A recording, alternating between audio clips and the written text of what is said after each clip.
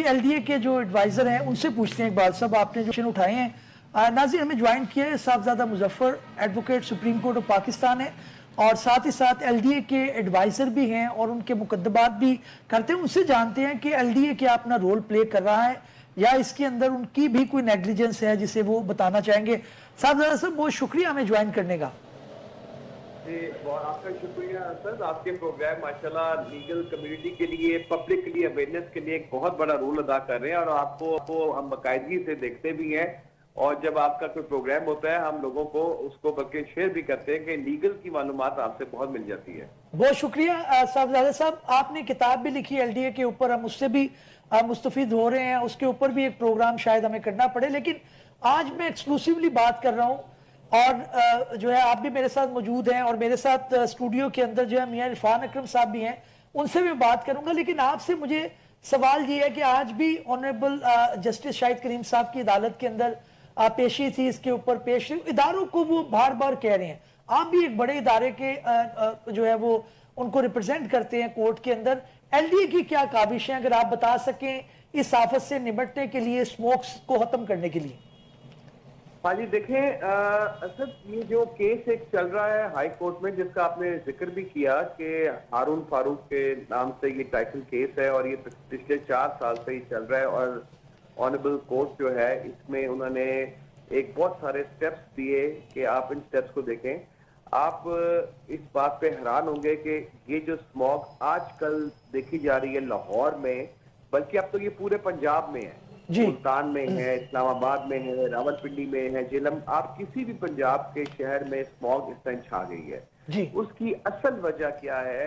ये सबसे बड़ी वजह है, आज भी कोर्ट में इसी बात पे बात हुई कि 80 से 90% जो स्मॉग है, यानी 80 to 90% जो है, ये धुआं देने वाली गाड़ियां जो शहर के अंदर दाखिल होती हैं, डिफरेंट जगहों पे ये चल रही हैं। आपको पता है कि हमारे आबादी के जिस तरह वसत से बढ़ गई है, गाड़ियों की परचेज भी बढ़ गई, सड़कों पे रश ही रश होता है, ये क्रिएट करती हैं स्मॉग। और सर्दियों में जिस तरीके से आपका जो वेदर होता है, आपको पता है गर्मियों में ये जो स्मॉग होती है, जो धुआं होता है, ये तपिश की वजह से नीचे बैठ जाता है, लेकिन इस किस्म के मौसम में ये ठहर जाता है हवा में, जिसकी वजह से ये धुआं जो है ये जहर आलूद हो जाता है, और हमारे आने वाली नस्लों के लिए और हम लोगों के लिए ये बात दुरुस्त है कि इसमें जो आपके लंग कैंसर है, जो लंग से रिलेटेड जितनी डिजीजेज हैं, मैं चूंकि डायरेक्टर भी हूँ जिना हॉस्पिटल का, तो हमारे पास पिछले 1 हफ्ते से जो पेशेंट्स का दबाव आ रहा है वो सिर्फ और सिर्फ ऐसे लोग हैं,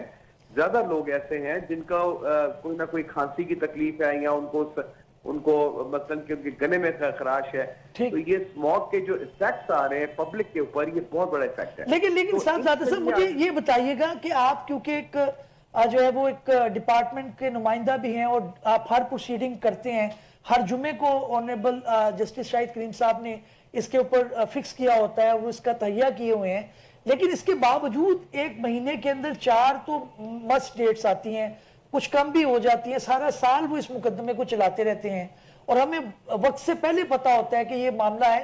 कौन से डिपार्टमेंट आप समझते हैं कि जिनको ज्यादा भरपूर काविश करनी चाहिए, जिनके पार्ट के ऊपर शायद कोई कमी है?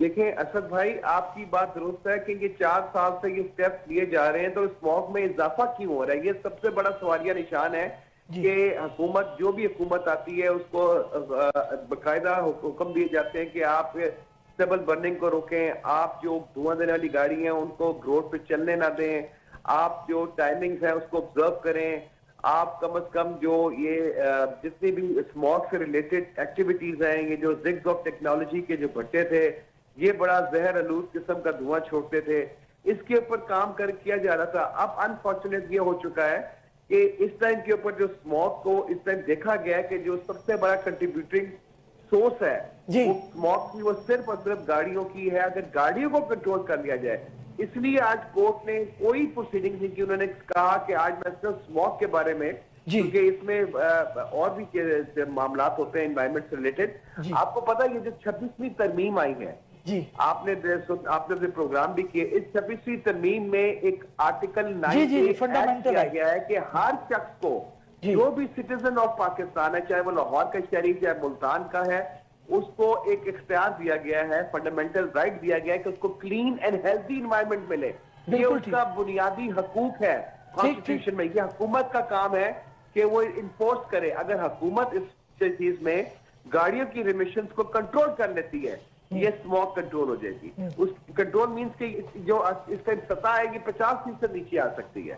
अगर आप देखिए कि ये गाड़ियों में, जज साहब ने यही कहा कि जितनी गाड़ियां रात को 11 बजे पूरे लाहौर शहर में उसका इनखला अलाउड हो जाता है, यानी कि वो आ सकती हैं गाड़ियां। जी, जी। और वो गाड़ियां, जज साहब ने कहा कि मैंने खुद विजिट किया है और मैंने देखा है कि मैं जब देख रहा था हर गाड़ी धुआं दे रही है। डीजल की गाड़ियां हैं। हमारी बदकिस्मती से ऑयल की क्वालिटी भी इतनी अच्छी नहीं है। लॉरीज का उन्होंने जिक्र किया है, उन्होंने जो है वो जो एंट्रेंस है उसके ऊपर पाबंदी लगाई है।